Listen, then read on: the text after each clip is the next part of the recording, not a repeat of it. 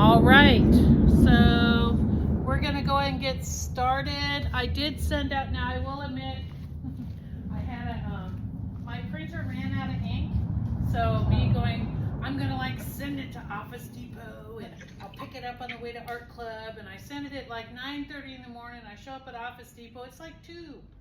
It's like, hey, I was just checking to see if it's ready. It's like, well, no, it's guaranteed by 7. It's like, well, that ain't gonna work. It's like, just cancel it, just cancel it. So I don't have my normal like printed agendas. I did send them out. So please look at the email I sent out to the membership. I don't have any to hand out. Tasha is bringing some with her, so you can grab those. She is en route. She left at 5:30, so she's coming from Suffolk. When she gets here, we'll hand those out. But yeah, it was very frustrating. I'm like, and I'm trying really hard not to be a Karen. And it's like, just cancel. Just cancel. You can. I just like to have my little packet ready. That's just my little OCD heart just singing away going, it's got everything ready. But so I don't have those, so we'll just talk to the agenda. I did send that out. I sent out the ballot. Hey, Tasha has printed copies. Yes, so she saved my life. But yeah, so I went to do Art Club with Christian. If anyone wants to do that, it was a lot of fun. It is a group of elementary kids and whatnot, so recommended, it's a group activity, and but they were so sweet. They're like, are you going to come back, Miss G? It's like, of course I will. It was a lot of fun, so if you get a chance to go do that with Christian, he's got several openings. There's something like 25, 26 kids, so do think of what activity you're going to have for them, and something, the sensory thing is big with them, and something to keep them busy like the whole 45 minutes, but I'm going to go do it again. It was so much fun. And they were so sweet. Keep track of that. Thank you. Yeah. Because of the grant stuff. Yeah. People Yeah, we in will. this group do things of education or with children. Yeah. We need to Yeah. keep track of that. Yeah, we absolutely will. And it was definitely, it was a lot of fun. Okay. And so I am coming from that, so you'll have to forgive the accoutrement. I am in my presenting artist painting thing. So for old business, for the agenda, the big thing is we do have our Christmas party coming up on December 16th at Gina's house. She has graciously agreed to host us. Hey, Jeanetta, welcome. So we will be doing that. We did send out. Hang on. Yep.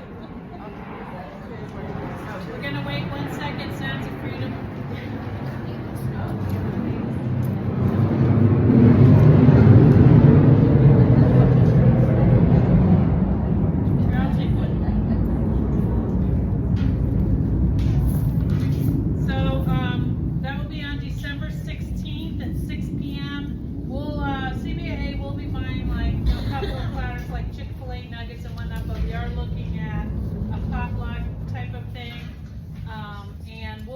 Get beverages, we'll get soft drinks, we'll get some wine, a little bit of beer to celebrate.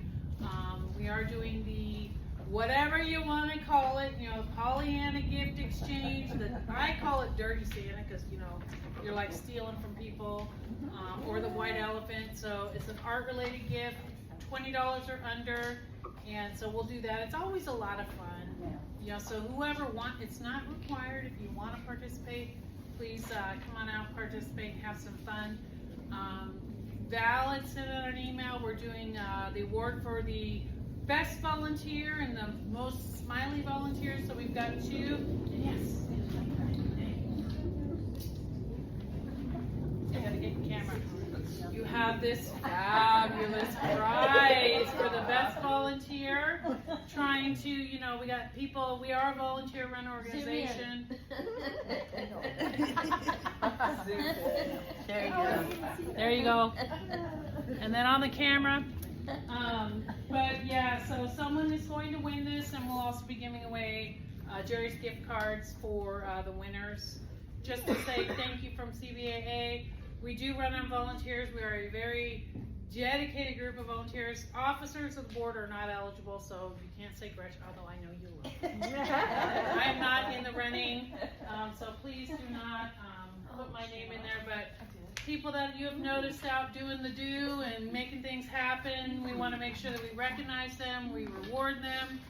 And then, you know, it's all about fellowship also. We had a great year. We had a wonderful year with CBAA. We want to have fun.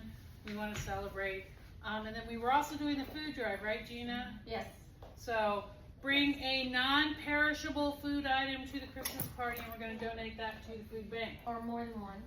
Or more than one, yes. Or a bag. Bring a bag. Bring a bag, bring food, get into your pantry, go to the store. I know stuff that they look for is, you know, get the stuff that you would want to eat. Bring it to the food bank. You're bringing, you know, peanut butter, you know, stuff that, you know, the cool stuff that kids would love to get. You know, it's around the holidays, non-perishable. Bring some of that stuff in, but open your heart and open your pantry and open your wallet. And we will donate to the food bank with that. The other thing that we had going on is I did send out the ballot. There were a couple of changes. I had Amy Lee on there as a carryover for Art Crawl Committee. That is wide open. She's signed up for so many other things, and she is like one of our, she's all over the place. So there is no one on Art Crawl Committee right now, so I'm looking for 4 peeps for that. And you can see on there where we need more people. You don't have to commit right now, but when we get into the new year, before we start really chugging away, because the board's going to hit the ground running and start planning the year just like we did this year. So by April timeframe, March, we will have the schedule for the year fleshed out. Please look at, if you are so inclined and you have some time to donate, please do so. I did mention for the member committee, we are at the Visual Arts Center, the new one, TCC Visual Arts Center. We have the student gallery and the main gallery. We'll be putting out more information for that as that happens. So if you're on that committee, that opening reception is May 11th for that. So with that, I'm not going to read through every single position. We still need a VP. I'm getting tired. We need a VP. And you'll see several names repeated. So please feel free to take somebody. Yeah. Step on in. You don't have to do anything big. If you don't feel like committing to a big event, hey, how you doing, Chelsea? Please sign up for something. So can I get a motion on the floor? And for those out, I'm going to go ahead, those that are on the meeting, I'm going to shift to the ballot. Give me 1 second. Do we want to take any nominations from the floor? We can. We will open that. Any nominations from the floor? Anybody who wants to maybe volunteer? I volunteer for something.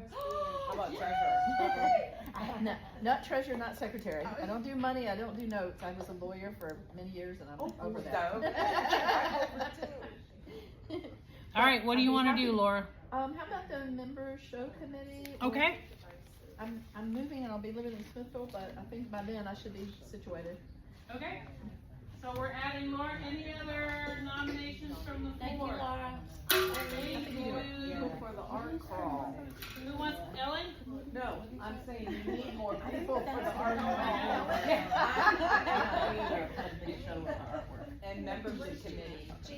We need 2 more members for the member committee, and we need several people for the art crawl. So any nominations from the floor for those? When is the members?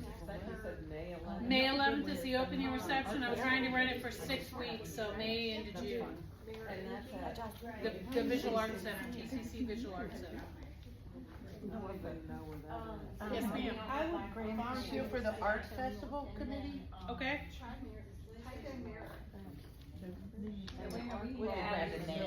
I'm writing them down. The member show committee, can you explain that? I'm so sorry. Huh? The member show committee? You Yep. said we need more people for that. What, Yep. Can you explain that? So for the member show, Anyone interested in treasurer? Hello, like anybody. Poor Tasha. I hope in the home maybe you feel at the house. Yeah. So what's the member show thing? the member show, so what we're looking at there would be people to help coordinate, like we're looking at advertising, we're looking at layout, we're looking at doing the applications. I think it's Leslie at TCC, she's lovely. But, you know, we will have to be hanging the art, planning out the show and all that stuff, so the membership committee will be handling that. Okay, So the I'll, art I'll festival nominate somebody tonight too. is the one we had in this tab, right? the what? Fall Yeah, festival. you nominate yourself, I did that. Okay. I wanna nominate my brother for something too. Okay. The member show, he's an employee at the Suffolk Gallery, so he knows really well how to do all that picture hanging stuff. Okay, Gordon? Gordon. I tried to drag him here, but he was too tired. Okay, Kay, you had something? I'll work on your show. Okay, so we're full on the member show, we need art crawl people. And the art crawl is June the first weekend in June. Yep.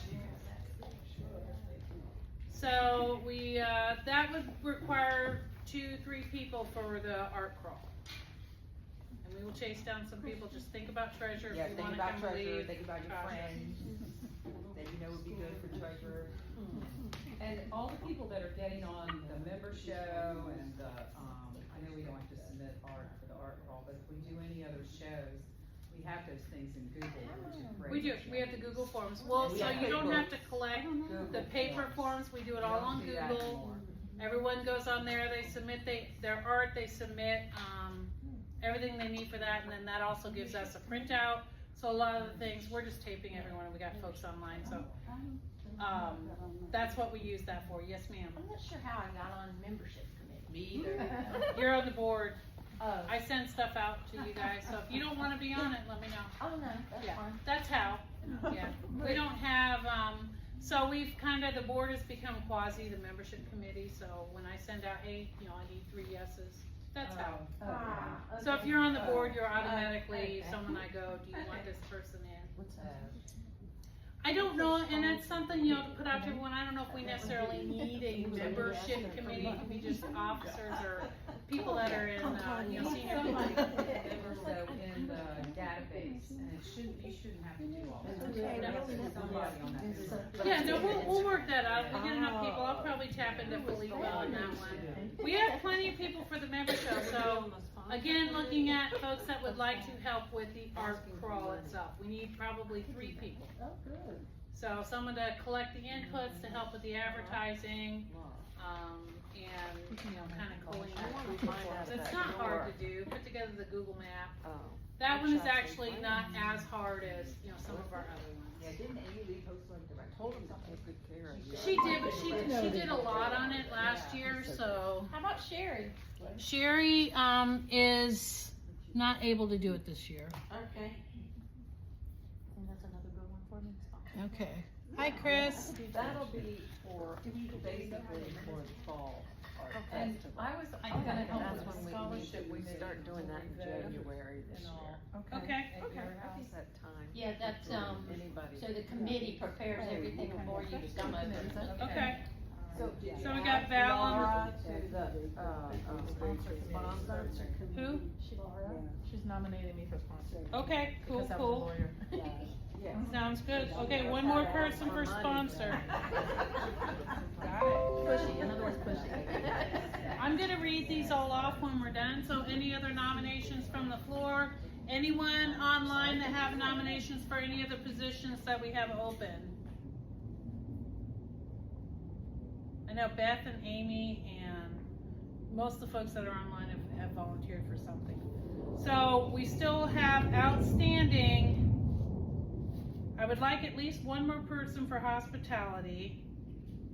Art crawl is still outstanding. Most of the other positions we're sitting okay. Someone would like to step up for VP or treasurer. We'll hold the line for now, but that's something we'll be going after in the future if we don't get some folks to step up for that. Maybe Tasha would like to do hospitality. No. What does the hospitality committee do? For hospitality, you would assist, like when we do our member show, you would help me with getting the catering out there and getting that set up, getting the poo-poos. So hospitality, if we have something like for a meeting where we need to have something, we used to have where, I know, and everyone look over here and do a big applause for the Bruces.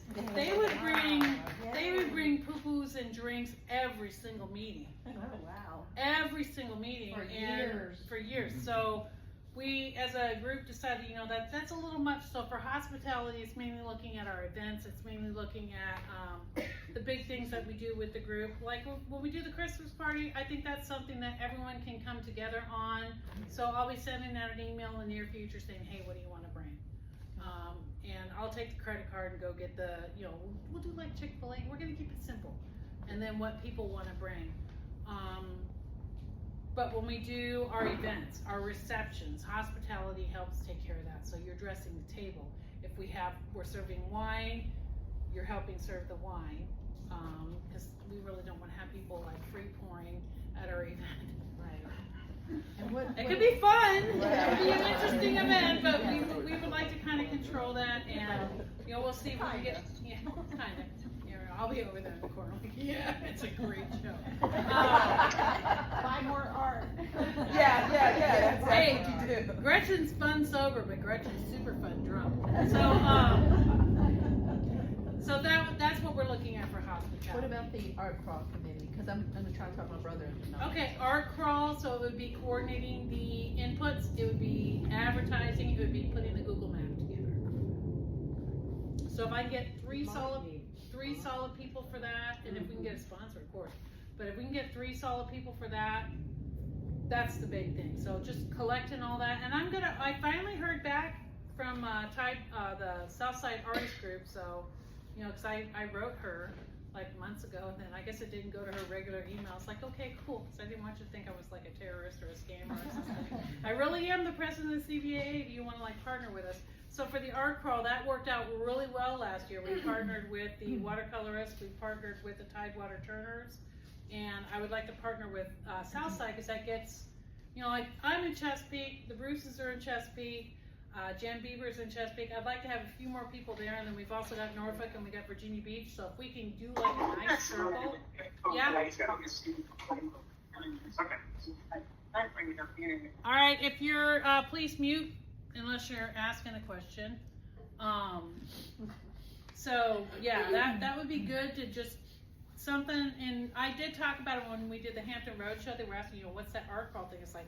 And we've got some good press there, so people might be looking for it in the new year. And we'll try to get on Hampton Road Show prior to that again to talk about it.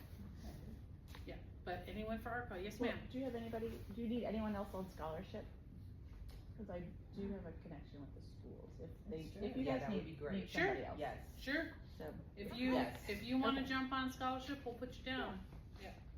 we do have the Hampton Road Student Gallery is at the end of January. So it wouldn't be a bad opportunity to Get some flyers out get there. a flyer out Yeah, because yeah. it's only open to 11th and 12th graders. Okay, talk to Gina and Kay. Mhm. Yeah.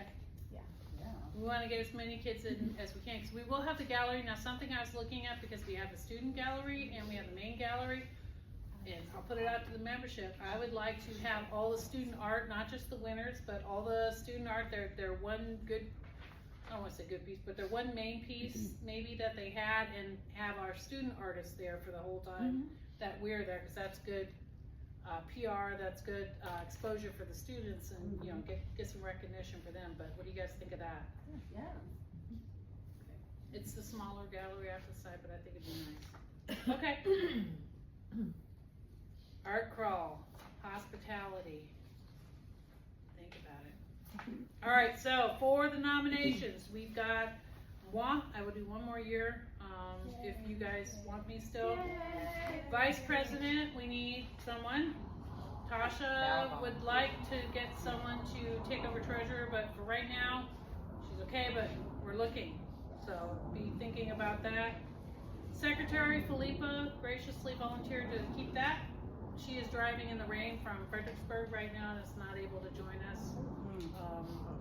Board of Directors, I've got Gina Busby. Yes, you want to do it? Came out. Christian Williams already said he wants to. Amy, you want to do the board? Yep. Okay. So that would be your board members. Art Festival Committee, I've got Michael Schimmel, Joni Fluitt, Christy Cornetta, Amy Lee, Philippa Smiley, Carolyn Taft. I thought we had someone else on there. Was someone else on? And I said I would still help with, Okay. I know this application inside out. Yeah. I'll still help with that. Okay. And we're in a better place with that than we were last year. We kind of know now, which is good. So there's less unknowns. Okay, and that's it for the festival committee. I think that's pretty good. We have a good group of people. You don't want to have too many because then it's really hard to, kind of get the group performing. Membership committee, we've got Philippa, Beth Lloyd, Laura Schmidt, Jocelyn Wells, Gordon Jones. I always forget poor Gordon's. It's such an easy name to remember. It is. And Kay Mount. Anyone else for the membership committee? I think that's a good amount. Art crawl again. Think about it. We need at least 3 people. Scholarship committee. We have the chair, Gina Busby. Members, we have Kay as the assistant chair, Claudia Finn, Christian Williams, Val Parnell, Jocelyn Wells. Going on, sold. Sponsor, our membership committee is pretty much the board of directors. And Christy Cornetta also would like to be on there. Ellen, sponsors, Ellen Sinclair, if you so desire to maintain, still do that. Kay. With Kay. Okay, and Laura. I think that's good for sponsorship committee. I think too many more than that, you'll start stepping on each other. Social media, we've got Abby Seals and Amy Lee. They've been doing a great job. Hey, big round of applause for the videos and the reels that they've been doing. We've got, our media presence has really started stepping up, so thank you from me to them. They've been doing a great job. And then we could use at least 2 more members for the hospitality committee, so we've got Michael Schimmel. Anything else to add to the nominations? Can you take me back off of the scholarship committee? Okay, I'll be there for judging, but I can't do the other part, not if I'm That's helping okay. the other. we have plenty of people. If we use the committee, we might have plenty of judges. Okay, I mean, well, you can call me to do cause what's- that's the only thing really, you get the word out and then Okay. judge. Okay. Let me look at the agenda real quick, make sure I'm not missing anything.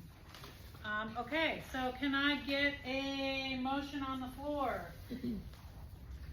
I move that we approve the slate of people. Okay, that's fine. Do I get a second? I'll second. All in favor? Aye. Online, in favor? You can put it in chat. Okay, so we have our nominations. We do still have holes as noted. We'll put those into the minutes and we will continue to pursue you. Right. Okay? Plenty of people like that. We do, and we'll try, okay, I'm just making sure I'm not You missing. don't anybody. volunteer, we'll volunteer you. Hey, you know what? Don't miss a meeting. You get a trophy and some Jerry's gift cards, and we have a good time. We have fun. All right, so at this point, I want to turn it over. Tasha, you want to do the treasurer report? Nah. I'm gonna give y'all, I don't have enough for everybody, but you can double up. Yeah, we'll show. Thank you so much.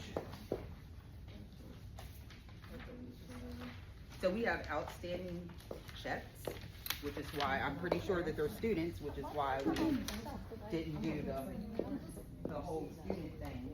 We need to call them, we can't have those checks outstanding. Yeah, No, we had some that were. So I put the names on there, if you guys recognize if they're children or not, are these the students? We had Lola, we voided, and then we had 2 that were the teachers that we were gonna void, but I'll get with you. So we have probably, Well, the checks. From what year was This that? was this at the is this show. year, was at the show. This We'll was have at to the call show her. to pay out We'll get to with the show. Christy. Here, come over here. What Yeah. happened? We'll get it at the show. They just don't cash the checks, and so. They sold art. The problem was, when the year before, we got the cashier's checks for free because Val went in and got it. This year, they wouldn't give them to us for free. It cost us And they $10. wanted $10 We can per. get them, Yeah, I know the language. We and are so gonna, I'll we're go gonna with be you. shifting our Okay. banking, to be Yeah. honest, so I'm waiting on a call back from Town Bank. Yeah, so we're So we looking to had do talked that about this shifting month. to Town Bank in the new year. We are not gonna be with Truist, we're shifting to Town Bank, so that's Yeah. gonna be a non-issue. Ah, very good. Yeah. And we so- can go after them for, Yeah. I don't wanna say go after them, we can, Yeah. we can For ask them for sponsorship. sponsorship. Exactly. Exactly. We have been, I don't wanna say too much, cause I'm gonna post this, but we're shifting our banking and we'll go from there. Yeah. So everything else is, in balance. Our cards are all paid off. We have, the general operating funds is $4,990.12. Scholarship $1,853.53. And the art show, we have $1,668.23. So, And we still have outstanding, close to $5,000 from the Norfolk Arts Commission, that should come in around January. yes. So we'll be sending getting them that. The scholarship fund, did that come in from donations? Yes. Yes. Okay. All of that except for $50, cause we only had 50 left to keep in the account. And so 1,800, was all donations. Various people, so thank you for that. So what was the profit at the end of the art show? What did we end up making off of that? About $1,500. $1,500? We put a lot out, cause it was a new venue, so, and we'll put together the cost for the show. You know, it was. For each show. It was the advertising, it was, you know, the dinner that we did. The light it towers. was the light towers, so we got lessons learned for, and some things to go after sponsors for. We did spend more this year than, and also the awards, we gave away more in awards. Utility cards. Utility cards, but they're one-time costs, so we'll put that Yeah. together, put that out to the membership, so you know, what the cost was. So, but the nice thing you've learned is that people really can drive up. Yep. And unload. And we're You hoping that don't it need stays those that utilities. way. It So, will. Yeah. Yeah. So So that's you what we're don't need hoping. utility carts anymore, right? We'll still have them if people want to use them, and we use them for other things, for, you know, they weren't that expensive, it was, Like How many do we have? we have four. So we have them available for members to check out, so something I also wanted to do is, we've got grids, we've got equipment that belong to CBAA, so if a member has a show or they have something, they need to check it out and borrow it. If you're a member in good standing, we'll do a little sign out thing, you can grab it, just bring it back. It's, you know, it's your equipment, so that includes the carts. If you need it for a show or something, they're hanging out in my garage right now because our storage area is not big enough, but they're the nice size beefy garden carts. We will still have them there at the show. They work good for hauling the cooler, but that's something also, if members have a need, And the weights. and the weight, that's the your 50 gear. pound weights. That's your gear. But And you we have don't to- have any room in the storage facility for them? No, it's full. Not for cards. Be very careful opening that rolling door when you get there. It is like full to the brim. I went in there looking for something. It's like, Oh, gosh. but yeah. So that is again. We'll put that out to the membership. It's Cause expensive. they go up, with the storage units, you know, they continuously, they go up every 6 months, and it could be 4 months, and then the jump is crazy. If I break the carts down, we can probably make room for them. But it's a lot. So That's a lot. they're fine in my garage. I got a dehumidifier going in there. They ain't going anywhere. It's okay. But Thank you. all of that stuff is available for the members if you need it. Yeah. But you gotta check it out. Storage now? It's, on Norview, it's, 24/7, so it's like Like right around the, corner. yeah. from the festival. Oh, okay. Yeah, Okay. yeah, we moved it closer, or else we would have to Right. drive all the way back to the other location. That wasn't. And by the way, everyone that helped with that, thank you. Okay, But we gotta- motion to accept treasurer's report. Any questions on the treasurer's report? So you're saying you've got 2,000 debt on No. each one? No, No, no, no. available. That's for- our available, on the We credit have card. available Oh, credit okay, card. okay. So we're sitting at around, between the OV art show and the scholarship, we're around 3,500. I'm looking at, you know, especially when we get the grant, I'm targeting, and we'll put it out to the board, we'll put it out to the membership, I don't wanna commit to it, but looking at around 5,700 for scholarship. Yeah. Wonderful. And the only other thing I'd like to add is we'd like to be able to have, whoever wants to volunteer to help with, some grants. We're gonna continue to write for the same grant that we are getting now, but we're trying to now go for this blocker grant, and it's gonna take a bunch of people, and that'll include like salaries, or if we're trying to look for a place to hold workshops and stuff like that. So they will cover all of those types of expenses, and we're gonna go for that this year. Right. Because this is gonna be, you know, an uphill battle trying to consistently keep all these positions going, and, you know, my 2 years is up. So it's like, we need to move on to that next level. This organization should already been there, and it's time to get it there now. Yeah, it's time for that now. And it doesn't have to be like a every 2-week pay type of thing, you know, but it needs to have some type of salary for all of the work that's being done all year long. So if we found a treasurer, would you be interested in being in charge of our grants program? Maybe, let me know. I'm always gonna be here to like help and everything, but I have a lot of stuff going on in my life right now that I don't, Do you use AI to help with grant writing? Because I've heard it's so much easier nowadays. We haven't yet. I've heard that it can just, you tell it what, you know, and it just writes it for you. It's fabulous from what I've heard. I'm still a dinosaur with that, so I know Amy's listening and some of the other younger folks that use it, yeah. You don't have to be young to use it, I use it. She uses the chat. I haven't yet. GPT or whatever it is. I'm not gonna lie, I haven't yet. Yeah, I know, I'm not. Okay, so So, anything else for the treasurer report, the old business, the voting, anything for the membership? We have to approve treasurer. We do. Okay.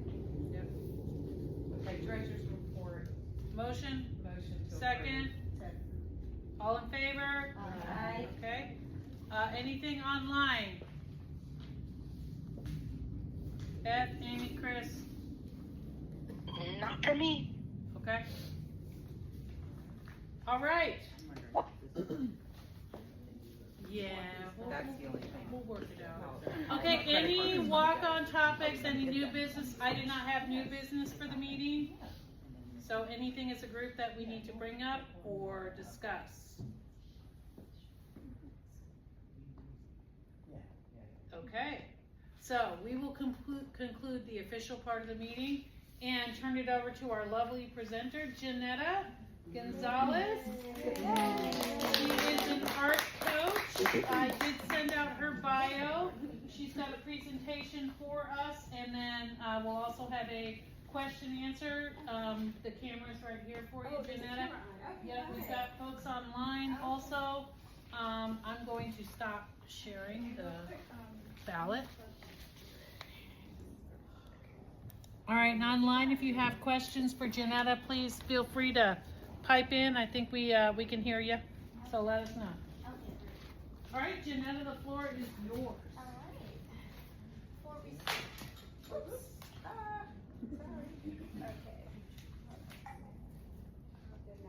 Alright, make sure I'm not gonna trip this up. Alright, I'm gonna get out of the way. Can you see the screen okay? Okay, good. Before we start, for those who are present, I do have a little raffle. So, and I have some handouts.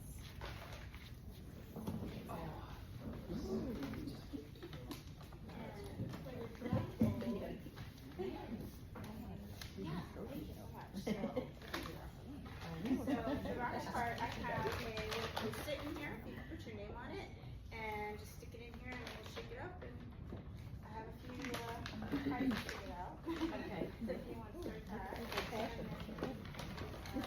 Do you want me to help you? Sure. Yeah, somebody could do this. Yeah. Probably need that. Oh, thank you. Maybe extra. Cards. There you go. I have little stickers and cards.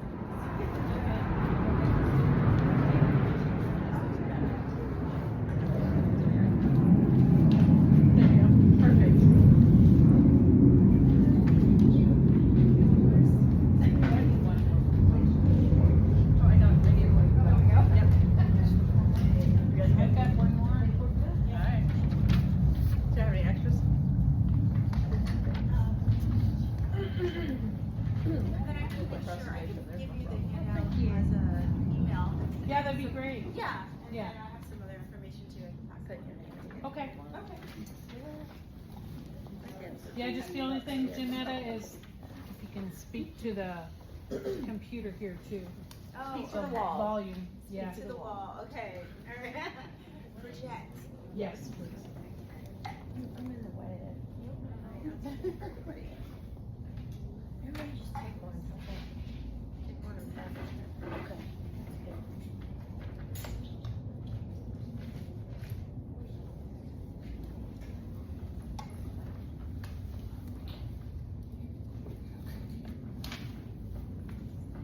Yeah, you get the sounds of freedom here. We're close to the jet base. I'm surprised they're flying late. That's unusual. Thank you. Yeah, this isn't like, this is just hold on. True, Will you true. pass back a yellow Oh, one? at Windsor, this is One of the yellow Windsor. ones. Right, I'm along with you. Hi, Windsor. I grabbed one and then One of each? no, can I have a yellow one? Just pass a yellow one. I'll give you a yellow one. Windsor, actually, yeah. No, you cannot have it. That's pretty. Oh, okay. Oh, thank you. Just make sure it's a winner. Okay, Gina. Come on.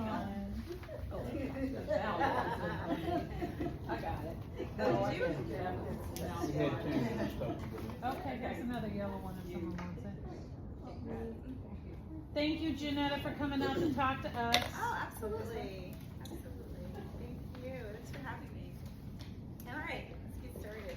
All right, so my name is Jeanetta. And I'm an illustrator, and I'm also a surface designer, and I'm a artist mentor. You know what surface design is? Mm-mm. No? No. Okay, I'll get into that in a little bit. It's pretty exciting. I think every artist should know about it.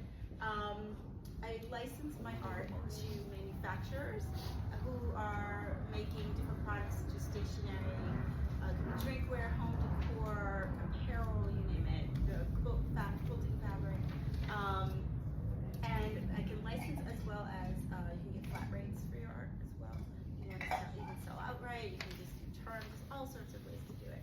But pretty much anything you can think of that has art on it, a lot of it is, not I would say a lot of it, but a lot of it can be licensed. So, and it's pretty cool. I mean, it doesn't have to be a pattern, it doesn't have to be specific, but something specific for the product. So if you make, I don't know, say you make a lot of colorful flowers, which I do, then that seems to be more of an evergreen design that can go on pretty much anything, right? You can see it on pillows, you can see it on journals, stationery, and yeah, and I do a lot of these evergreen designs, and they live on a lot of things. So I'll get into that a little bit later too. I think that'll be fun for you. So I've been doing that since probably 2013, and start from the beginning actually. So this is my artist coach world. Are you and, local here? I am living right now in Hampton. Oh, So I okay. was in Los Angeles for, God, 30-something years, and so I moved here about a year ago. And Windsor's family lives here, so we moved here to be close to them. So. Yeah, so I teach artists usually one-on-one when we're on Zoom. And so this is kind of like what it looks like when we're on Zoom, right? And there probably since 2016 I've been working with them. And artists meaning it could be really any artist from they could be surface designers, which I do work a lot with, illustrators, and also I work with fine artists too. And then here's the Zoom situation. I also co-hosted an art retreat in France a couple of years ago with a girlfriend of mine, so that's pictures from that. And yeah, and I've been doing this for a while, and the artists find me from all over. She's all over. We're talking Taiwan, Tel Aviv, Vancouver, Martinique, St. Croix. I've worked with artists from all over the world, so it's pretty great. So I started out, my background is actually fine art. So I went to UCLA, that was why I was in Los Angeles. I'm originally from Connecticut, and art school, ended up going there for art school. And I got a BA in fine art, and I was painting and photography. And then tried my hand at that for a minute, and I was like, oh, I don't know about this. So at first it wasn't working out. So it's like, why not? I'm really interested in design and graphic design. This is mid-90s, was pretty new. So that really, I don't know, caught my eye. So I was like, you know what, I'm gonna go to graphic design school or get some training or something. So I found a school that was nearby. It's like 2-year program. I got my certifications and everything, and I started working as a graphic designer. And I did that for a good 10, 15 years. And I worked in a lot of different corporations as well as boutique design firms. Actually, Winter and I met at Mattel, so I worked there as a Barbie packaging designer. So I was doing packaging design. I've done ads. This was entertainment ads, logos, identity design, marketing materials, you name it, branding. Did all the above, and I did it for a very long time. Actually, probably really phased out of it more or less in the last 5 years. It still was dabbling in, but and I use it a bit in my work now too. Then, while I was a graphic designer, I was really missing painting, right? Like I just like, oh, I need to do something with my hands. You know, I miss it. So I went looking for classes and things I could just kind of satisfy that part of me, right? So I ended up living in the Bay Area for about 4 years, and I found surface pattern design, and we're talking early 2000s. So it's there was a lot of gatekeeping then. Like something I found out just randomly. I was like, what is this? And I was like, I can make art for product. You're what? You know, so and I can digitize them and make all the design files for the clients and things. So it was pretty much things I was already doing. And I met this lovely woman, Deborah, and she brought me and 4 other people under her wing and brought us to these trade shows. And back then it was just trade shows. Like you couldn't. Right now it's online. You can just email the manufacturer and send them your portfolio or pieces that you want to see. But then it was like, no, you got to do the song and dance, and you got to put the whole booth together. And it was a big expense. And so it took me almost 10 years before I pulled the trigger and actually went to the show. From the minute I found out about it to when I actually did it. And it, because of her, obviously she like brought us in, and it was cheaper and easier to do it and learn with others. So this is me in my booth, and did this show with them for 2 years, and then it took a year or so off, and then I came back on my own and I did my own booth. And so I had to take some time to really like brand myself and figure out, what is this I'm doing? What kind of art do I want to make to attract the right type of people? And so when I first went there, I can say I had no idea. Like, no idea what I was doing. I mean, I had an idea, but I didn't really know who I was yet, right? So I was kind of making art just to kind of satisfy the market, a little seasonal this and a little that. But it didn't really work in a one style all the time. I didn't really know how to pull it all together. So I took the time when I got to the trade show in 2016, this is 2016, and I pulled it all together, and I came out with this tropical vibe that I still use now. I draw a lot of plants and flowers, animals, food, and patterns, a lot of patterns. And that was the beginning of that. And so here I was able to get some clients and start working that way. I was freelancing. I wasn't working in-house anymore, so I was a complete freelancer at this point. And that's still what I do today. I still do quite a bit of this. Here's some examples of client work. See, I did ornaments for World Market. This is me. Is it over here? Yeah, I think we took the picture here. The World Market. Where was it? Jefferson. Newport News. Yeah. So that's me there. And I had a line of ornaments, and my picture was in the stores as well. I've worked for Target. I've done stuff for edible arrangements. I have some really cool mugs out. I did these ones from last year, but some Christmas ones this year with this company called Roommate. Women's accessories. These are hand-painted jewelry pieces that I work with at a company out of Richmond, a women-owned company, and they do bandanas, accessories, table linens, and in Kiva, and they do great stuff. I've been working with them for a while. And apparel, stationery items, all sorts of stuff. So your art can live in a lot of places. It's really fun to see it in the stores. And then illustration.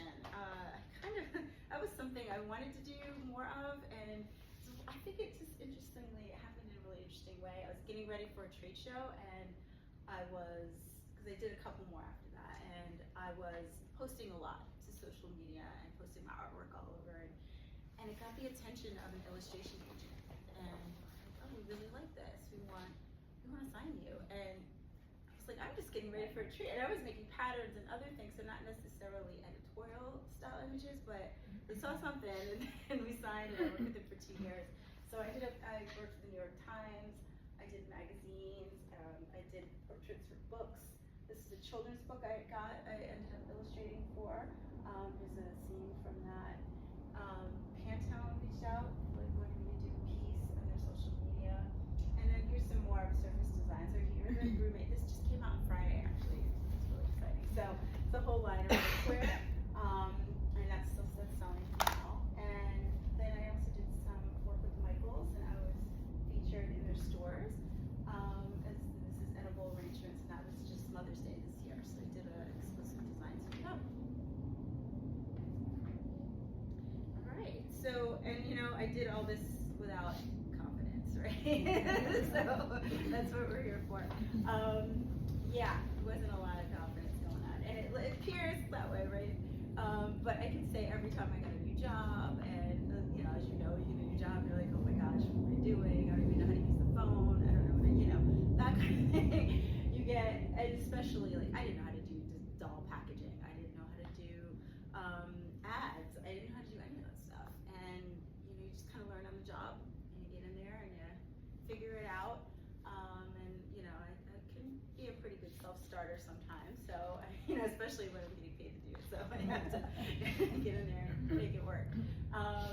But yeah, confidence can be a tough one, and I'm sure we've all had our moments. And I think, let's see, hold on, start. Okay, so confidence, what is confidence? It's a skill, it's a practice, it's a result of evidence built through action. And most artists would say, or anyone really, I'll feel confident when I do this. I'll feel confident, when this happens, when that happens, when I get this body of work started, when I'm able to talk to this gallery, when I get this opportunity off the ground, right? It doesn't really work like that, right? Like we all know that you basically need to be taking action, and then the confidence comes later when you see the evidence, right? So, and I'm going to talk a lot about that today. So this isn't going to be like a traditional lecture. I kind of want to talk to you. So if you have like any questions, or raise your hand, or I'm going to ask you questions too. So feel free to open up kind of a open space. Okay. I also want to talk about this quiet, everyday confidence that we have, the one that we need to just do things like take risks, or raise our prices, just be a little bolder in our everyday life. That's what we need to cultivate more of. All right. So I'm going to ask you guys some questions soon. So you can overcome any ruts created. Did I skip over something? Sorry, hold on. Okay. You can overcome any ruts, creative blocks, mental negativity, and procrastination that you may be experiencing. And it's entirely possible, okay, if you're willing to do some work. And there is some work here. Your thoughts, your emotions, your reactions, your behaviors, and your habits. And these are things that we really need to address, because there's this thing called the loop. And you don't feel good to build, and then you build your confidence. I mean, no, we don't feel good. We're uncomfortable.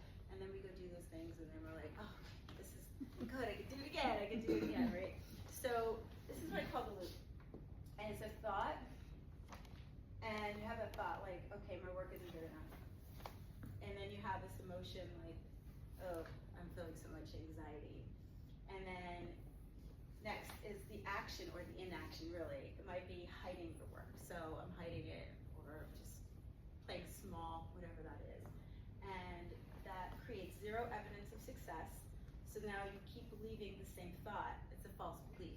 So you're like, oh, I'm not good enough. My work isn't good enough. And now you basically proved it to yourself. So I see nodding heads. Okay. And then this is what happens. So now we've created false belief. So now that's creating the thoughts, the emotions, or creating these reactions, creating these behaviors, or inactions, and now we have a habit. So we have a habit of not doing these things, right? We're not, and then we have great excuses now, like, oh, it didn't work.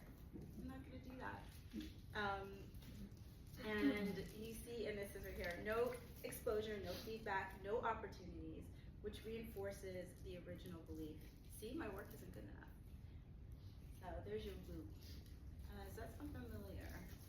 Yeah, I see some Every day. Every day, every Every day. every day. Yeah, and there was a question I was gonna ask you before too, and yeah, how have you seen like a lack of confidence show up in your, as an artist? Have you guys have seen this a lot? Not? Maybe you guys are real confident.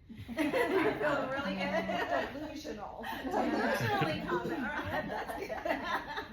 Sometimes that's what you need, a little delulu.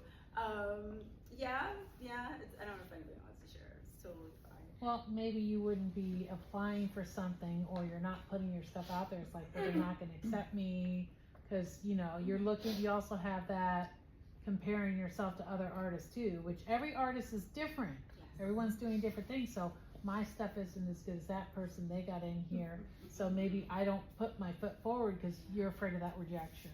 100%. And the comparison game, I didn't get too much to it in this talk, but I have something I tell people what to do with that one. And that is really like, if you're comparing yourself to another artist, say, like when I went to the trade show and I didn't know what I was doing, and I'm walking through the aisles and I see these incredible booths, all the art is cohesive, all the artists know what they're doing.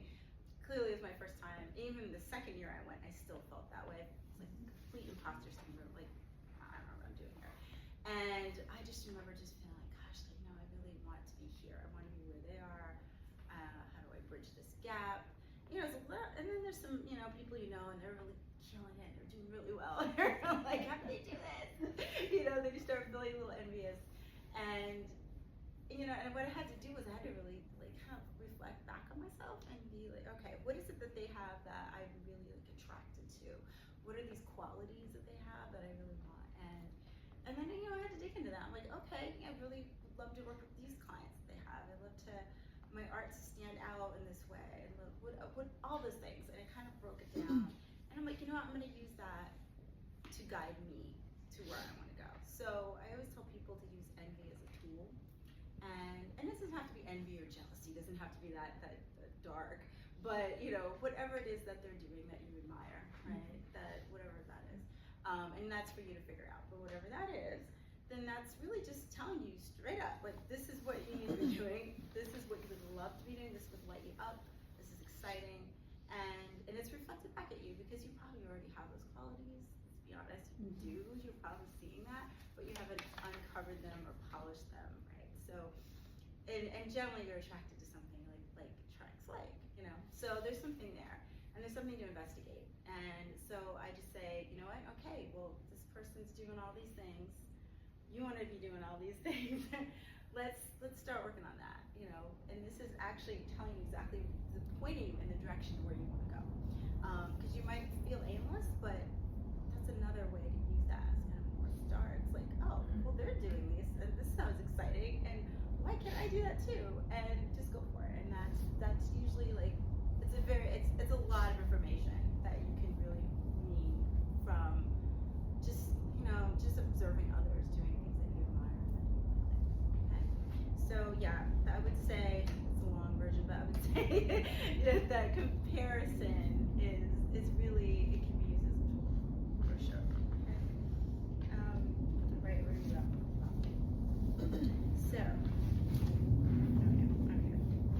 So the loop.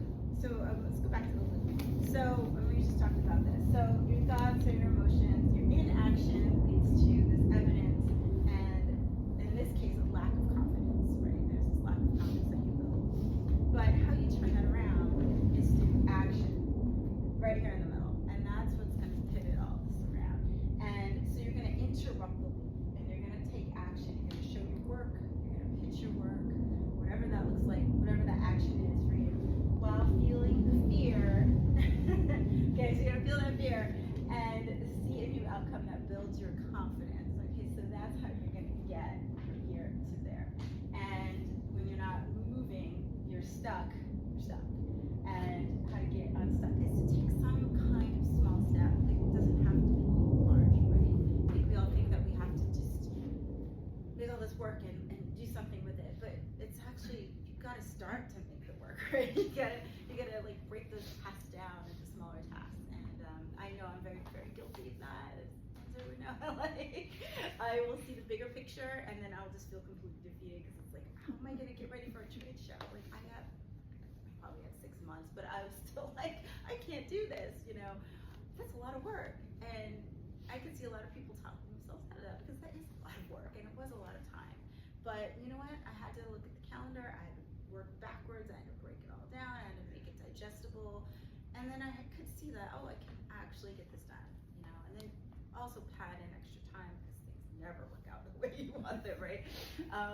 And you know, just planning and being strategic about it and knowing that you want to reach these goals, right? I think it's really about just going for it and going for our goals at this point and not being inactive because then, you know, nothing gets done, nothing happens. So really interrupt that loop and find maybe those little small things that you can do, whatever that is.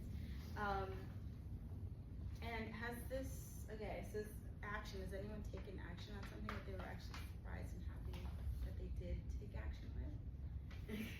I just did. I just raised my prices on my art. Oh, yay! And That's sold. awesome. Raised all mine. So Congratulations!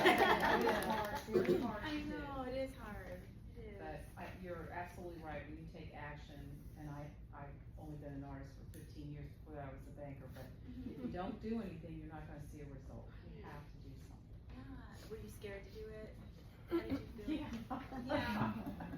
Yeah. But you know, I just thought, well, I'm just going to do it and see what happens. What made you raise your prices? Were you at it? Well, because I kept them the same for the last 6 or 7 or 8 years, and we've watched our economy grow, and things are more expensive, and frames are more expensive, and it costs, you know, to travel and do and buy the material. So our costs as artists are going up, and it was just, you know, and people pay more for food and everything. It's just all gone up, and I think we get stuck thinking, okay, this is going to sell for 400 or 1,000 or whatever it is, and you can change that. But you've grown too. Yeah, my art has changed, but you know. Yeah, I just upped all my prices for my show this weekend, and I just keep telling myself I'm 70-some years old now, and it's okay. Yeah. Been doing this a long time, Yeah. but it does take a little while to get your nerve up to do that. And I think it'll be interesting. I think you've got to invite a different crowd too, so. Right. That's true. That's very true. Yeah, because you might need it, you know, you're gonna have to, if you're gonna change that variable, Who are then your maybe you need to clients? find new people who have that price, who can meet that price point. Right. And yeah, for sure. Absolutely. That's fantastic. Good job, everybody. Yeah, and it's not easy, right? I mean, all this stuff is very. Actually, it was easier than I thought. That's a great I thought, it really was. Yeah. And we'll see what happens, but I'm not selling it for any less. Yeah. Now, so now this is your new normal, right? Yeah. Right. Absolutely. Oh, So then what happens when your action produces the evidence that says, you know, you don't have that value? Oh, I need an example of this. Well, just, you know, like, so you submit to a show and you don't get accepted, or, you know, you raise your prices and nothing sells, or, you I know, so breaking through that barrier to keep in action. I mean, obviously it's easy to say, like, you just have to keep doing it. Handling rejection. Well, that's yeah. kind of the answer, though. Yeah. Rejection sucks. Yeah, rejection. It does. It But does. that gives you confidence too, because you can get rejected. I mean, look at the successful people that get Yeah. rejected over and over and over Yeah. again. They keep trying, and then you finally break through. And I wouldn't let rejection or turning down for shows and stuff, because we all get turned down for shows, and and if you don't apply, you're never going to get in. Right. So And it all depends on who's judging at the time. Right. It's the next person may think totally different. Right. And I did have a school show recently say to me, my prices were too high. And I said, no, they're not. People are buying them. So maybe this is not the right show for me. Right. That's what you have to say. That's really great. Yeah. And, yeah, and some people don't know that, you know, they'll hear that one rejection or they hear that one, oh, your prices are too high. And then it gets in their head, right? And they kind of start all over again. Yeah. So then you get stuck in this loop, right? Like, oh, my prices are too high. No one's gonna buy my work. Da da da da da. And then you're just not. You're inactive. You're stuck. Right. You're stuck. You're stuck. So it really, I think it's kind of just for life. Like to get unstuck is to really do the opposite of what you're thinking right now, or what you believe right now. And it's like, no, my prices. What if I challenge that? You know, my price. Somebody might buy this. You know, maybe they won't buy it at this particular show or this particular thing, but like you said, there are buyers for you. There are people out there. And you do, and that will take a little bit of work, but that's a pivot, and you're just gonna have to. Okay, this is my new normal now. This is my new price range now. I'm up here, so how do I go find the people that live in this world, right? Because I'm not down here anymore. And then that's just new work to do. Just new work to do. But like they were saying, it might not be the show for you, or it might not be the timing. Could be, and there's so many things, especially what I do with surface design. Oh my God, there's nothing but rejection. Me and a bazillion artists sending all our artwork to, you know, say a fabric company, and you know, they only have so many slots. So, you know, you hope that you get on the roster, and you might not. So it's okay, there's other ones, you know, and you just keep trying over and over again. And also, your contracts run out after a year, 2, 3 years. So if they don't renew them, and you want to keep making money, you have to, it's a numbers game. So you have to keep out there, keep making your work and submitting it, and, you know, and just hoping that, okay, maybe these guys are interested at this point, or, and a no doesn't mean no. It means not right now. It always does, and that's something I've learned, and I'm sure some of you have learned too, right? So, timing might not be great, she's saying. It might not be the budgets. They might have somebody who's similar to you right now, and maybe you might have to wait a little longer, you know. And especially if it's like a particular company, they don't want competing artists, like they don't want them to compete against each other. So they do want diversity amongst styles, or looks, or colors, whatever it is that they're looking for. So there are so many factors that go in, and I know when I coach some artists who are getting in the game, and they have a lot of rejection, and they just want to leave. They're like, this isn't for me, and I'm like, no, it is for you. You just haven't really found your people yet. You haven't found your clients yet. Sometimes they're looking in the wrong places all the time. They're looking wrong. So that's why I'm here to be like, okay, let's like look at the landscape out there. Let's see who the players are. Let's see, you know, who your competition is, and let's see where you fit in the marketplace, and as well as with these particular clients. Because yeah, they might have 2 other artists that are similar to your work, or there's so many factors. And in your world, it could just be, it could be timing, it could be a lot of things. So it really is just like keep at it, and like you said, you have to keep going, because you know those very successful people you were mentioning are going back a bazillion times until they get it. Absolutely. So yeah, break that loop. Break the loop. So I said this before. What does action look like? It looks like bravery, right? It looks like doing it while you're scared, taking risks, being uncomfortable, being really uncomfortable, and pushing through that fear. Okay, so all the things that are icky, all the things we don't like to feel. Nobody wants to feel uncomfortable, but it's a good uncomfortable, and that's how I look at it. If you have a goal on the other end and you're working towards it, you're always going to hit up against things that you don't know how to do. You have to learn a new skill, you have to get over a hump, whatever that is. You know, so yeah, you might have to learn how to do something on the computer. You might have to learn how to paint something in a specific way. You might have to, just pick up a new skill in general, because I think anytime you're growing, you're gonna have to grow. Your skill set's gonna have to grow. So just be open to that. Be open to as much as you can, because I know sometimes it gets painful, but you know, if you have this goal in mind, you have to be willing to go there, and you have to be willing to do the things, right, that you need to do to get there. And yeah, and you have to just be brave overall. Any other examples of anybody who's done something super scared? You know, some of them you told anybody else? I just jumped into a drawing course, at ODU, and my first thought is, I don't draw well. And then was like this opportunity came up, so taking the action, and I'm finding out I'm taking risks.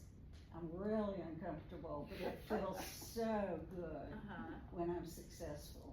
So I'm just kind of like going through that whole thing. It's just so hard to stop saying to myself, you don't draw well. So You're not hard. good enough. Yeah, the inner critic is just like having a ball. But I could see myself going through this process and, you know, admitting that you don't know what you're doing. Yeah, and that's actually a good thing. You have to make those, like, you have to admit this to yourself. It's like, okay, I don't know what I'm doing. I can't tell you how many times I've said that. Usually anytime I get a new project or start something that I've never done before, I'm like, I don't know what to do. I don't know where to start. I don't know. And I don't know, it always works itself out. You always find, you know, if you're determined, there's a way, you're gonna do it, right? And drawing is something that takes patience. It really does. Drawing is not, you know, I mean, some people are just out the gate, they know how to draw, but not everybody does. And I think as kids, we all draw in our own way, and somehow along the way, we lost that way, right? Some people just abandoned it completely. Somebody told them they were a bad artist. They compared themselves to another artist in class, whatever that was, and they just stopped drawing. And then you always know people like, oh, I used to draw, I used to love to draw, and now, you know, now they're painting again or whatever as an adult. So, and I always love to hear that because I have a lot of clients that's happened to because something just stopped them in their tracks. And so now they're starting to draw again. They're like, I'm terrible. I don't know what to do. Right? It's like, of course you're just learning a new skill, right? So just like anything else, like for me, I had to learn how to edit videos. I did not want to do this at all. It was the last thing I wanted. I was like, can I just like post pictures on social media? Like, no, you gotta edit videos. And you know, and the brands I work with, they always want me to make videos. And this was maybe 20, and I was kicking and screaming. And I had every excuse in the world. It was gonna be too time consuming. I'm not that techie, blah blah blah. And I had a project and I had to do the video. I was like, all right, let me go to YouTube school. So I went to YouTube, watched a whole bunch of videos, and I just started using your little, you know, tips and editing. I mean, I had the knowledge of it, but I just didn't want to do it. And I have to tell you, I nerded out so much on the end of it. I was fading in and out my music. I was like getting all perfect on little things. I was putting way too much time in editing videos. But now it's still very time consuming. I'm not gonna say it isn't, but I do enjoy it a lot more than I thought I would. And it's repetitive. Like the more you do, it becomes easier, just like anything else. And now it's a new skill I have. And you know, I don't have those excuses anymore, except for it does take a lot of time. I still do say that. But you know, I just gotta make the time. If I know it's gonna take me longer than most people, then I just I'm gonna make that time. Or just make it easier and simpler for myself, whatever that looks like. So yeah, these real life examples, right? So we're gonna talk about the inner critic. I'm so happy you said that because this is another component of you know, confidence for sure. And so, okay, so you just gave me an example. How has your inner critic showed up to stop you from your goals? And yeah, so you're gonna hear your inner critic all the time. But you know, it's not you. It is fear pretending to sound rational. Does that say rational? Yeah, rational. I don't have my glasses with. This would help. And it's really protecting you, right? That inner voice is always there. It's been there since the beginning of time to protect us from the saber-toothed tiger, whatever it is, right? But we have now adapted it into our everyday lives, and the everyday lives we have now doesn't always apply. So there's no saber-toothed tiger to run from. You know, it's not a life or death situation if we don't learn how to edit a video, we don't learn how to draw, you know. So it's a different situation. And so I think that you do have to kind of, you know, question that. Like, okay, is this really a fear? You know, is this real? And I'm gonna get into that a little bit more. Okay. So you can interrupt the inner critic by taking away its power. So I just put some examples here. I'm not good enough. I can't draw. There you go. I hear that all the time. My work doesn't look as good as the other artists. I don't have the skills. No one will want this piece. I can't you can't do this, or I can't do this, I'll never be successful. And those are just some common ones, right? Anybody have one they want to share? A few? Yeah. I always know when mine's showing up when I start procrastinating. That's always That's on here mine. too. Right? Or what do you like, washing dishes and doing laundry, or? Canning. I'll entertain. Canning. Yes. Oh, wow, that's really procrastinating. That's actually It's good. been a lot of time.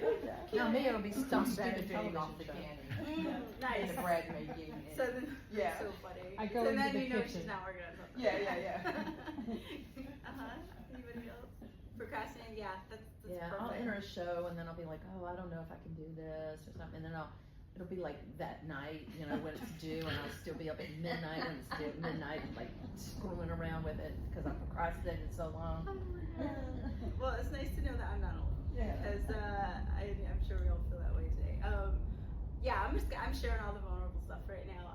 I just completed a 72 illustration project, and I did it in 3 months, and nonstop, back to back, when I had an entire year to work on it. Because I left it to the end of the year, and then I moved, and I was like, oh, I haven't even done the sketches yet. The client needs all this. Yeah, we were in the car. We're driving cross country in the middle of Arizona, and she's on the passenger side on the sketchbook. I'm asking questions like, how does it make this look? He's a designer, so he was helping me. But yeah, this is what not to do, okay? Just know what not to do, and I've done it all. And I've been doing this for 25 years now, and I still do this. And I do blame it a little bit on ADHD, because I do think it's a trait that I have. Because yeah, I get overwhelmed easily. I like push it away. I'm not gonna do this right now. I don't plan my time. I look at the whole, I'm looking at the full picture, the above ground picture, and I'm like, I'm just curious, are all artists ADHD? I think they are. I mean, does that just go with creativity? I really wonder. A little bit. in my mind, I feel like I can do it It's a super, it I can be think a it's a superpower, superpower. because you can hyper focus. Absolutely. Exactly. Yeah. 100%. And It is. work on several things at the same time. Exactly. Yep. Yeah. Yep. I agree. But I do my find husband procrastinating Superpower. a little bit almost empowers you to get that energy and that creativity, an extra punch to go with the last mile. Yeah, it's rock Instead skill. of stretching it out. I know, but it's I need this energizing. recorded Yeah, so I I can agree. give it I to my agree. husband. I Yeah, do the recording same it. thing. That's Oh, a we way to have put it, recorded it? because I think, Good, I can play it to him.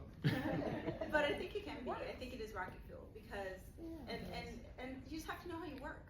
Really, I had to come and Windsor's been pointing out to me, he's like, you're not gonna do it. You're gonna do it at the end. You need that push. You need that chaos. And I'm like, yeah, you're right. I do need that. I do, because I was like that my whole life, even studying in school, right? It's like cram at the end. If I started weeks before, I would forget all of that before the test. And so I just stay up 2 nights before, read the whole darn book if I had to, and then I would go take the test, and it was out of my mind as soon as I went there. It's like I couldn't tell you anything I wrote on that page. But yeah, I think that is part of the ADHD for sure. And if you need that rocket fuel, then that's what you need. And I didn't beat myself up, because I knew that was what was gonna happen. I needed to get it done. I had time to get it done. It was gonna be stressful. I put myself in the situation, but I've done it before, and I was like, all right. So you just kind of have to accept, like, this is how you work. This is how you are, right? And last minute is your jam, right? So we're gonna send the whole presentation to all our husbands. Okay. Nice. We'll get T-shirts made or something. But yeah, exactly. Like that's what it is. It is what it is. So you can interrupt. Oh, we're gonna go back to inner critic. So you can interrupt this inner critic, right, by taking away its power, and many of you may have done this already. I like the give it a name one. So like, I don't know, you name it. It could be the monster. It could be this one, the judge. I like that one.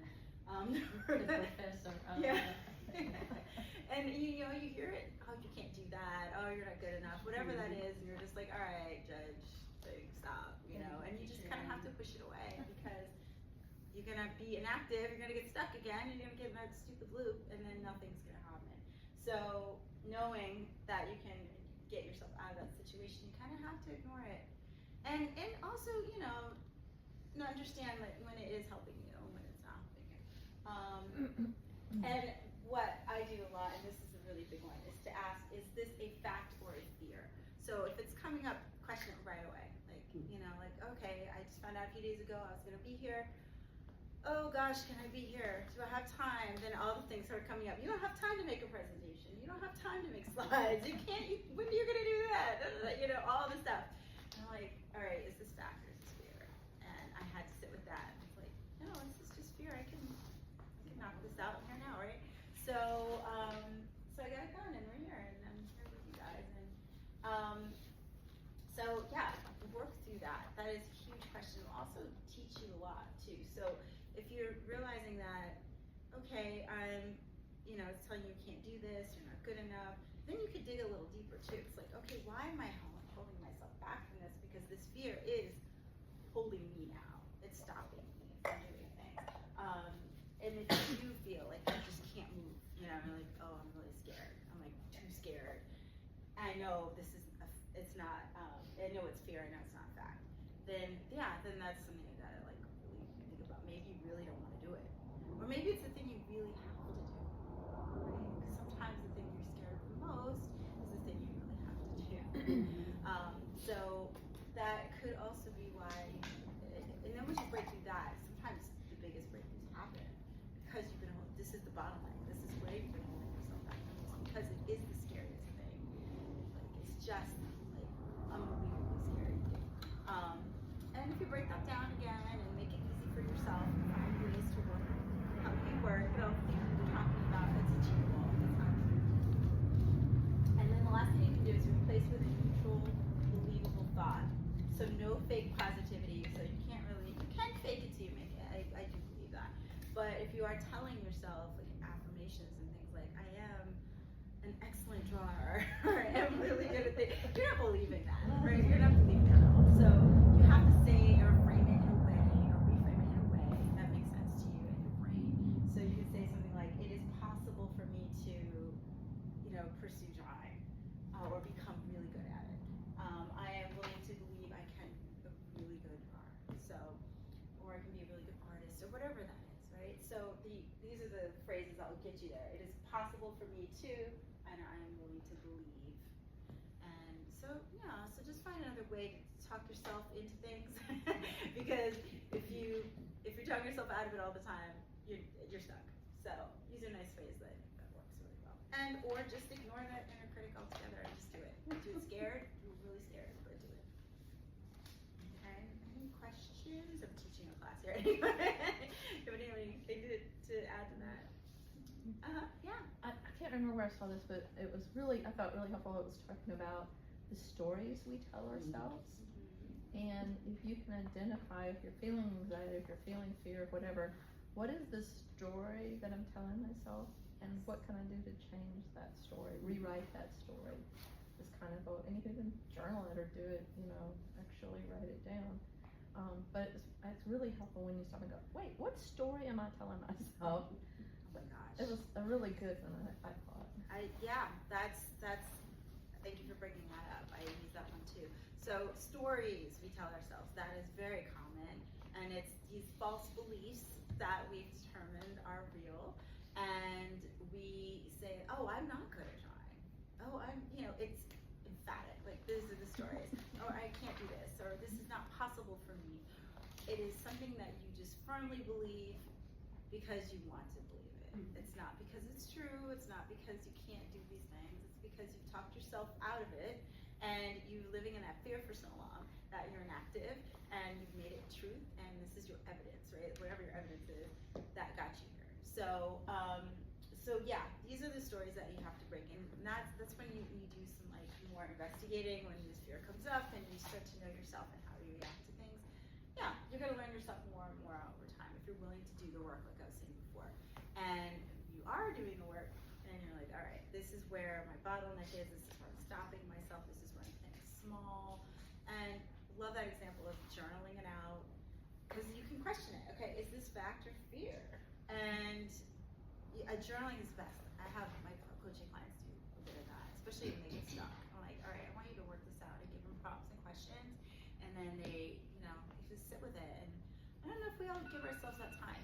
to sit with it. So that's your time to go within and just kind of investigate that more. And just like, you know what, this isn't true. I've just been telling myself this for a long time. I'm really scared. And then when you come to those realizations, you can kind of breathe a little bit easier because you're like, oh my gosh, I've been holding on to this for so long, or I've been harboring these feelings of like insecurities for so long, right? So it is a really good way to kind of do some therapy on yourself and work through some of these issues that you might be having. And then there's the breakthroughs on the other side of that, and they're really great. Okay, we're gonna get perfectionism and procrastination. I'm glad you also brought that up because these are, as we know, these are really common when it comes to confidence. And perfectionism and procrastination are forms of fear. And you're basically stalling. You're stalling because you don't want to do something. You're stalling because you have 72 illustrations to do and you don't want to start. You're stalling because now you're doing the dishes, now you're doing all the other things, now you're just avoiding it completely. Or like me, I also do the perfectionism part of it too. I will, what we call it in the design world, noodle, and I will work on something and noodle and noodle and noodle and just to death. So it's just, I'm overworking it pretty much at this point because I don't want to call it done for whatever reason, because I might have to start the next project, or I might have to, whatever that is. Or I'm enjoying it and I'm just like, I don't want to, stop. So perfectionism and procrastination, they definitely go hand in hand a lot of the time. Sometimes you can be doing both, and I'm perfecting this one thing, so I'm procrastinating to work on the next project. You gotta catch yourself and you gotta see when you're doing this. Why are you spending too much time on one thing? You really could be overworking your paintings or your art. So when you catch yourself stuck on perfect, ask why. Dig deep. This is another one of those dig deep ones. Like, why am I spending too much time or hyper obsessing about this thing? And there's usually another reason. It's not the reason you think it is because, I just want it to be perfect. No, it's something else. It's something you're avoiding. Or you're stalling. Find a good stopping place. So you just have to call it done. Sometimes done's better than perfect, right? Especially if you have a deadline, you have a show to get ready for, whatever it is, client, your customers waiting for the painting, like, you gotta get it done. So find that good stopping place and feel good about it. Get to a place where you feel good about it. And you're like, okay, this is good, I can let it go. Some things don't need to be perfect. And this one, I live on, this is like my motto lately. They really don't. Like, I have to say things all the time, like, do I need to make these beautiful slides? Like, why am I noodling and spending all this time making these gorgeous slides? And I was just like, trying to find the right art, the right colors, I was just spending too much time on it. I was like, I just need to get it done. So I was like, okay, done is better than perfect. You know what? I'm gonna stop here. I'm gonna just go and just clean up a couple little things, and I'm gonna call it a day. Because you can work something to death, and you can spend too much time on it. You really need to be spending time on other things. So that's in the question instead of like the fact or fear one. This is my latest one for me, is that, all right, really does this have to be that perfect? Do I need to spend this much time on this thing, whatever I'm doing? And where can I get to my stopping place so I can move on and not waste time? You guys find yourself that you do those things? Yes. I have to stop fiddling with it is what I call it. Fiddling, yeah. Fiddling. It's Fiddling's so a good word word. art. I'm doing that. I watch people on YouTube. I'm like, no, stop.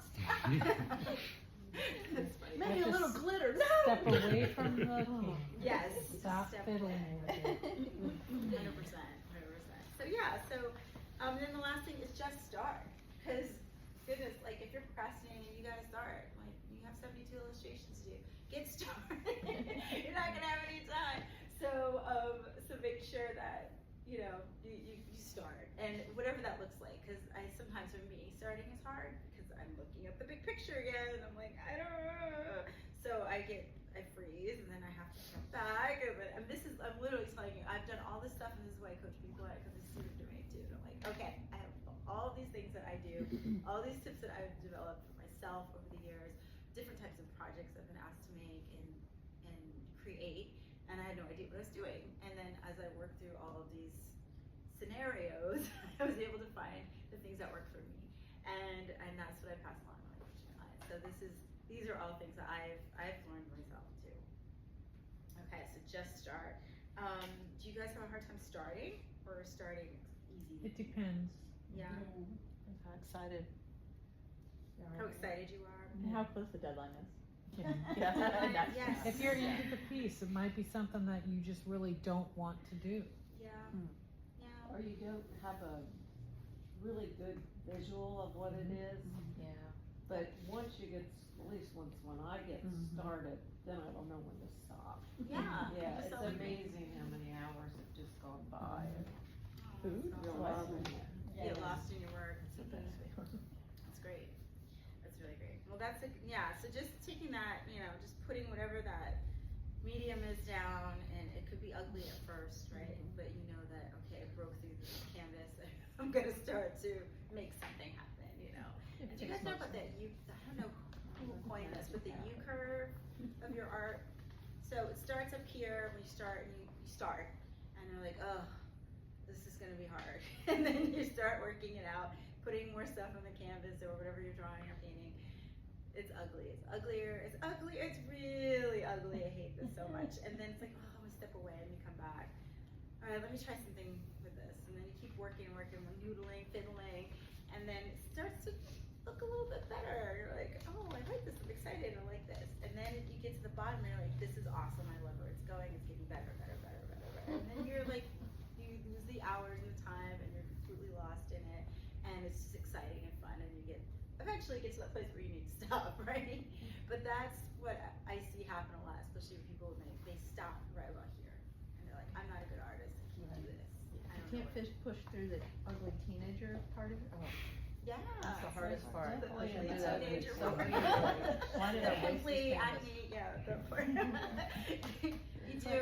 You have to Pushing work through the birth canal. It's ugly, but it's gonna be nice. That's so funny. Don't stop. That's an awesome analogy. Yeah, exactly. So you have to work through as artists, like you're gonna go through that phase. And there's gonna be things or just stuff you make and you're just like, this is terrible. And then step away. I always tell people step away from it because you have to.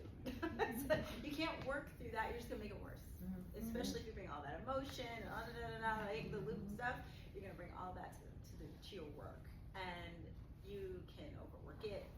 You're really gonna hit it. You're gonna make it muddy. All those things will start happening if you bring the negative emotions into your work. You should always try to work from a happy place. Sometimes the angst and the pain has worked for artists for centuries, right? But knowing you, if you feel like you're kind of like overdoing it, step away. Come back later with a fresh eye, fresh head, and you can kind of tackle it from a new place. But Sometimes you come back and look at it and go, oh, that looks I did good. that. What was my that problem last happens. night? That absolutely happens because you were probably in your head about something else, right? And then you just brought that emotion to your work. Okay, so these are some questions. I think most of these are on your sheet. And these are just ones like, just to think about. This is something you do in your own time or use these if you ever need them. So if you're finding yourself stuck in the loop or you're having this inner critic screaming at you or any of these things where you're just not feeling confident, not feeling good about your work or yourself or whatever that is. And this doesn't even have to be art. This could be in life, right?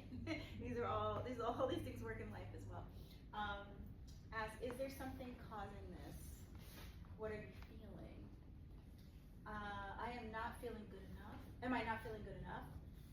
Am I feeling scared of the outcome? That's a big one. Are my expectations too high and I don't think it's possible to meet them?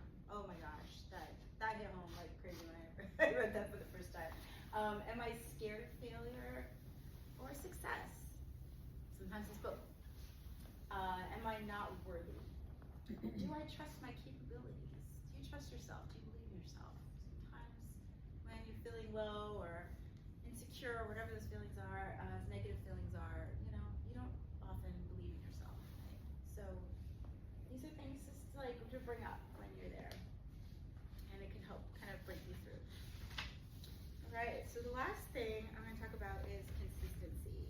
This is also going to help you break through your confidence issues. Confidence grows through repeated evidence that you are showing up for your art and your life, not just once but regularly.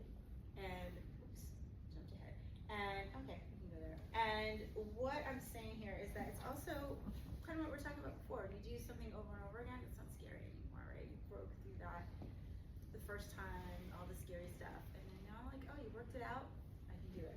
And then the more you do it, the easier it gets. It's not a big scary thing anymore. And so here's a few ideas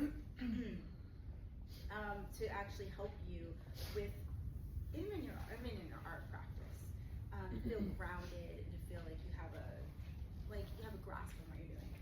So you can also use this to measure and track your actions and see your success and your progress. So you can do a weekly courage log where you write down at least one brave thing you did. Right? You can also do that at night if you do gratitude every day, or if you journal regularly. These are things you can incorporate. And creative hour that you commit to. So this is your time to explore, to make messes, to make the ugly art, to do research, or maybe you go to a museum, or maybe whatever that is, but you're feeling your creativity, you're exploring, you're having a good time. And that gets you unstuck a lot, because now you're finding the joy again. Sharing something publicly once a month. Now that's scary sometimes, but if you're on social media, then you're probably doing it more than once a month. If you're not and you want to be, this is how you start, okay? And it doesn't have to be social media. It could be, however you are sharing your work. Celebrating micro wins, not just the big outcomes. I often tell my coaching clients to keep a win list, and I have one too. And those times you're feeling down and I'm not doing well, or things aren't progressing. You know what? I go and look at that list and I'm like, you know what? I forgot about all this stuff, because you don't think about all the good stuff when you're like, ho-hum and thinking about bad stuff. So it is a great reminder of how far you've come and that you are really killing it. You're crushing it out there, right? So you might forget. You just might forget. So it's a good reminder, and it could be these small wins, just little things that you did that day that you're proud of. That, I broke down my task and now I can start this project. It doesn't have to be I finished the project. It could be the little things that you did to get there. And whatever that means to you, really. So keep that win list. And these small habits build a body of evidence that says I can trust myself. I believe in myself. And I think it really does help. It really does help to do this. Does anyone keep a journal or a win list, or have any gratitude or anything that they draw? I have a gratitude jar. Okay. That's So really it's nice. a real pretty jar with a lid, and I keep strips of paper nearby.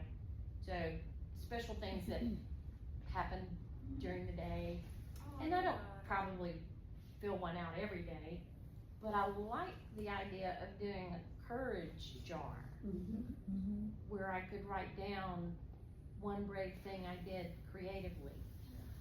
That's a good idea. And put it in the jar, and at the end of the year, you get to read all of those moments of bravery. Visit them. Okay. Yeah. That's Build in a wonderful. muscle. You can make an art piece out of those too.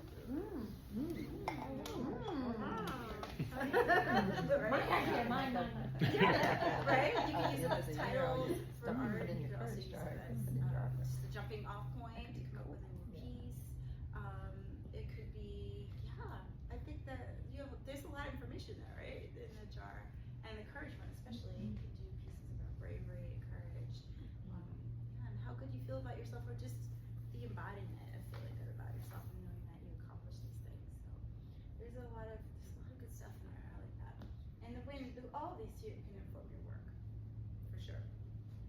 Okay, and then can track, like I said, track and measure actions too. So you actually have something to refer to. You can know that, okay, I'm alright, I'm doing okay. I didn't have a bad year, life isn't horrible, like things are great, things are progressing, not maybe as fast as you like them to be, but things are happening. And this will just remind you a little bit more. Okay, and then I think on your sheet that I put these are the first three questions. And these are really good. And this is just kind of summing up everything we're talking about. And these are just things you can reflect on as well if you're doing the journaling or not. Where in your art or career are you currently shrinking or playing small? So I want you to just notice that. Sit with that. No judgment. I don't want anybody beating themselves up, feeling bad they haven't done X, Y, and Z. This is just this is also a good check-in, right? Because we're towards the end of the year now. So you can kind of figure that out. Like, okay, maybe I, didn't pursue this, or I didn't work on the things I said I was gonna do, or I'm not showing up in the way I want to show up. So, okay, that's good, note that, and then, okay, all right, maybe the next year, because, you know, maybe you don't have time at the end of this year to, or maybe you can start, you know, can you start now? Can you start, what little things can you do to start? It's really important. It doesn't have to be big, right? Like if my brain's like, no, I can't do it because I have all this to accomplish. No, you can. You really can. So take, you know, a small win. Take a small win. Do something for yourself. What's one brave move that would help you grow your confidence in that area? So again, what is that step that you need to take? And you know, you can just brainstorm those out. There might be different buckets of your life. There might be, you know, buckets of your career, buckets of your artwork and your art practice that you're working on and you want to improve going forward or show up more for. So yeah, just write those things out, and then you can really start to like map this out. Like, okay, this is what's not working. This is what is working. This is where I can make improvements, and I can take these little steps, you know, to get there. And then what is one piece of evidence you want to create in the next month that proves you are showing up for your art? So then, okay, here's your evidence, right? So now I'm taking those steps, that action, and I'm, you know, going to implement that, and I'm going to start to see evidence from that. So what is the goal, really? Like, what is that goal that you want to come up with and you want to achieve? And it could be small. Like, again, don't judge. Don't be hard on yourself. Just really try not to, because that's going to put you back in the loop, okay? So, you know, be as open about this. Be, okay, didn't work out. What can I do to fix this? How can I get on track? How can I make these things happen? And where am I not showing up? So, and I'm gonna end here with, so your art doesn't need you to be fearless. It needs you to be present, it needs you to be honest, and it needs you to be willing to try, okay? And to show up, like I was saying. And through taking action, stopping that inner critic, the perfectionism, all of that stuff, catching yourself, and really understanding how you work and how you tick, and the rocket fuel that you need at the last minute, all those little things, like really understanding that, that's really gonna help you with build your confidence and be able to progress and move forward with your art practice, right?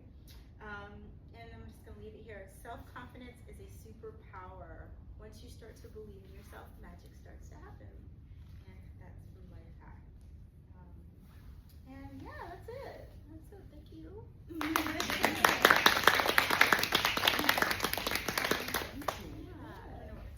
And these are all your designs, the board. Yeah, they are. Yeah, that Be Bravely illustrated that. All the. Oh, and here's me. You could find me on Instagram. I'm at Net Designs, and my website's my name. And then sign up for my newsletter. I do almost monthly calls with my email subscribers, and I teach a lot on there. So I'll do Photoshop trainings. I get panels and other artists come on and we talk about topics. I'll do interviews, all sorts of things like throughout the year. So, and I have a whole library of this stuff. So when you join the newsletter, I'll make sure you get that and go on YouTube and watch all the videos. I have, all sorts of stuff on there. And then I also do one-on-one coaching too. So I do hourly calls, and then we also can do over a longer period of time when we work on a body of work or the skill set, whatever it is that you need more time with, and we can do like a 2 or 3 month. It's usually bi-weekly calls, so you have time to do your homework. And we talk for 2 hours on Zoom, and we go over the homework, and I give you tips and demos and all sorts of stuff. So, and then the 1 hours are great too, because it's kind of like a power hour where if you have a question, we'll just dive in really deep and quick, and we'll go knock it out in an hour.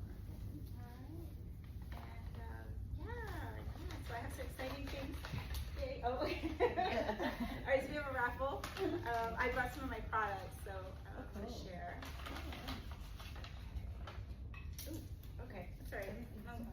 I took 2, didn't I? Alright, let's do it. Janet. Yay!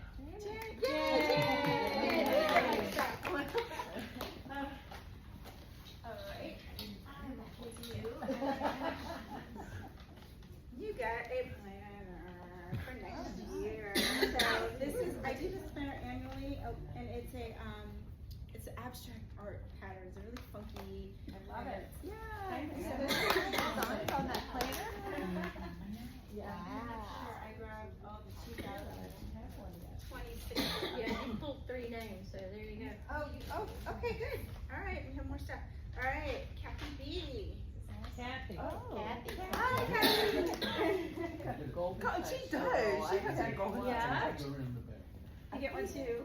Thank you. Let's see. And all right, more stuff. All right, Jocelyn. Companion calendar. It's a wall, and it has a little pocket in the front, and then you can put your stuff in here. So, very good. Oh, no problem. All right, and then I have a really special one. Let's see. Okay, we need another. Okay, lastly.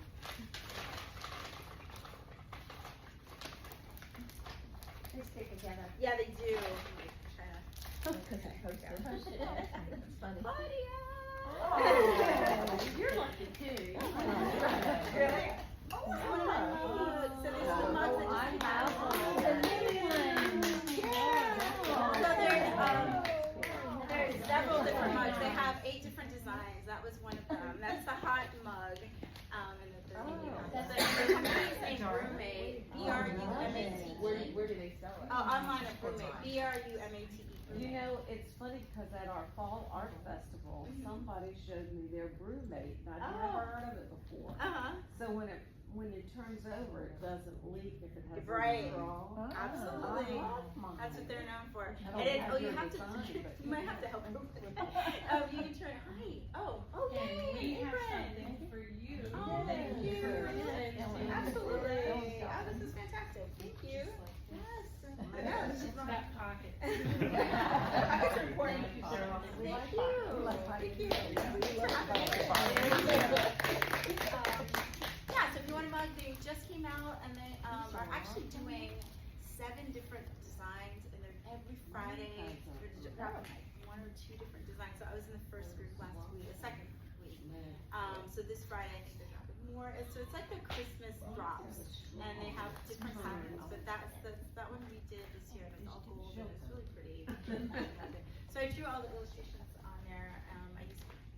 Oh yeah, it's hard to get up. Hold on, let me show you. It is a little. This is why it's leak proof. So you can do a little turn, and then you just kind of have to dig in and get it out. I got mine out yesterday.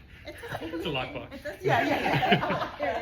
It's a puzzle box like Da Vinci Code. That's right. Oh, yeah. And then this is your other, this thing, lock it in. So you do that. Okay. That's locked. And how do you, Use that. how do you, okay. So it is a little, this one is a little more like Fort Knox, but the other ones are so bad. Awesome. Okay. Thank you. Thank you so much. Okay, and with that, a motion to adjourn. A motion. Second. All in favor? Yes. Aye.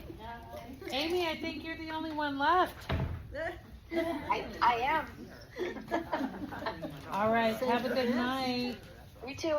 Thanks, Gretchen. Bye. Bye. If I get onto the hang of it, there we go. What, our Christmas taken And